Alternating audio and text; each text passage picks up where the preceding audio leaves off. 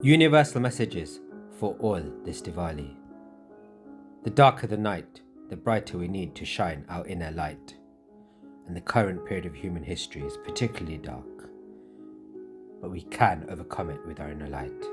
With the Gaza war, the Ukraine war, increasing divide between rich and poor exacerbated by policy, a breakdown of democracy, destruction of the environment, denial of scientific proof of global warming, and the climate emergency and more natural disasters, unprecedented cruelty to animals globally, world leadership, and many other aspects have actually been prophesized.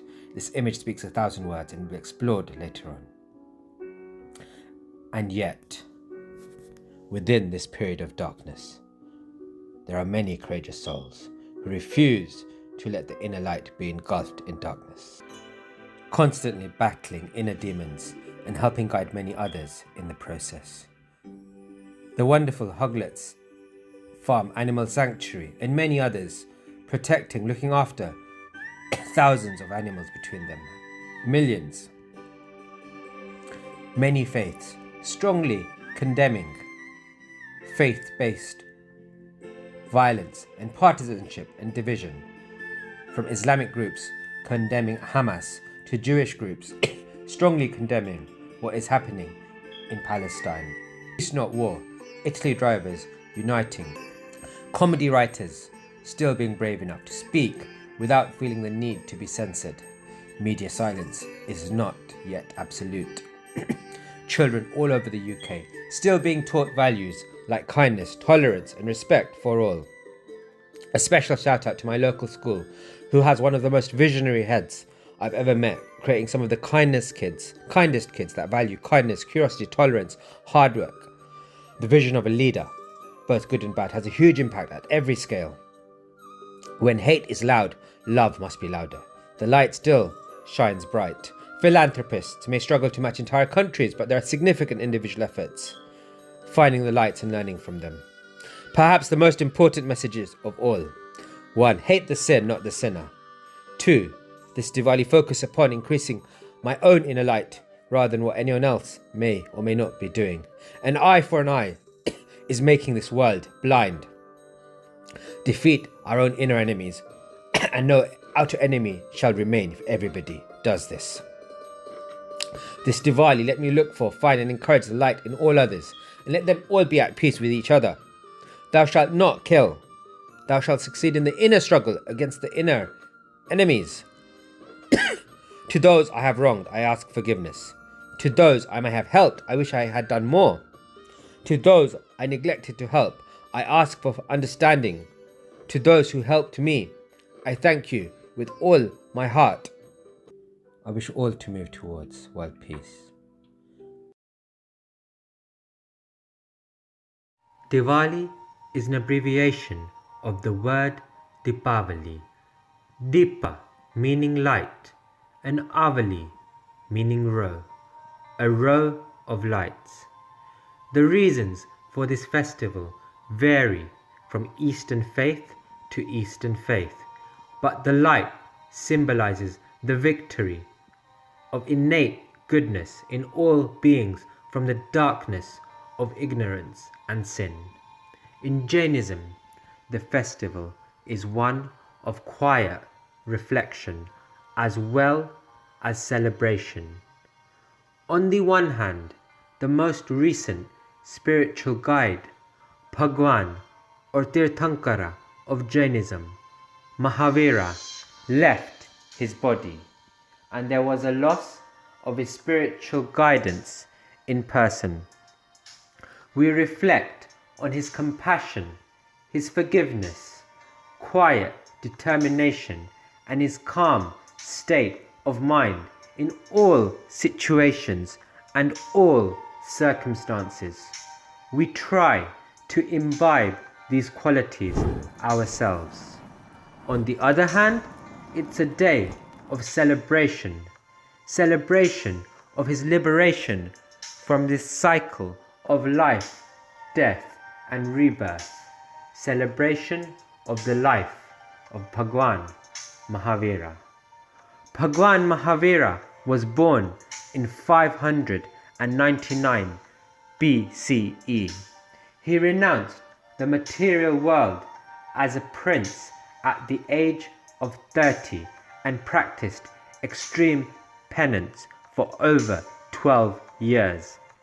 He attained Gevagnan, or absolute knowledge, due to the shedding of karmas at the age of 42, and reawakened the eternal ancient path of purification and liberation.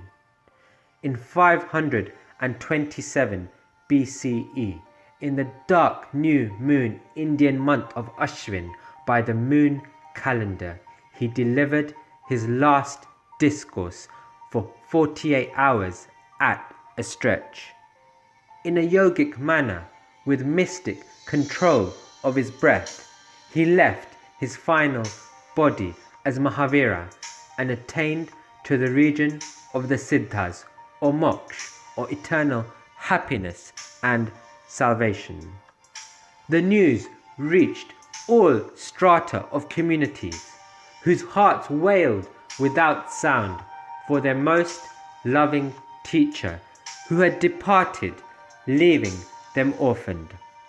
The spiritual light of Bhagwan Mahavira had gone, and as if to compensate, gross lights were lit, thus beginning the festival of Deepavali. Now his concern would extend beyond his geographic region and break the limits of time and space.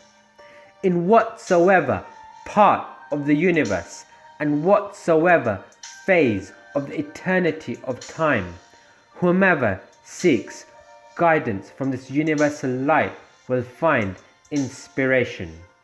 He does not eat, but feeds all creatures in their spiritual quest. He is never thirsty, but provides drink for others in the form of relief from the inner passions of anger, ego, deceit, and greed. He is never in need of sleep, but grants rest to others in the form of sleep beyond transmigration in the cycle of life, death, and rebirth. Why only eating, drinking, and sleeping? Even eternal happiness, known as moksha, is due to the eternal path he has most recently awakened. In mute silence and adoration on the cusp of this festival of Deepavali, let us offer our prayer to the Jain Bhagwan, the Jain Tirthankara, Mahavira. Mahavir Bhagwan gave his final discourse for 16 prahars, or 2 days and 2 nights without any break. He spoke on many subjects. Topics included the impermanence of life. Sunrise must be followed by sunset. Similarly, he or she who is born is guaranteed to one day die. All worldly gains are transient. Life is fleeting. Death is certain. Possessions are temporary. The soul must not waste time in negligence or pramad. Self-discipline and effort are key. Liberation cannot be given by anyone else, not even a Tirthankara. Only through one's own Shraddha, Gnan, and Charitra and effort can the soul progress. Renunciation and vigilance. Emphasis on detachment from sensual pleasures, wealth, and ego. Humility is not thinking less of yourself, but thinking of yourself less. A monk or lay person should always live mindfully, avoiding carelessness in conduct with mercy to 8.4 million species. Teaching a child not to step on a caterpillar is as valuable to the child as it is to the caterpillar. 55 chapters on punya or merits, and 55 chapters on bap, sin or demerits, and their various fruits, and this and many future lives. These and much more are recorded in the chapters of Uttar Dhyana Sutra. He forecasted a worsening and descending future.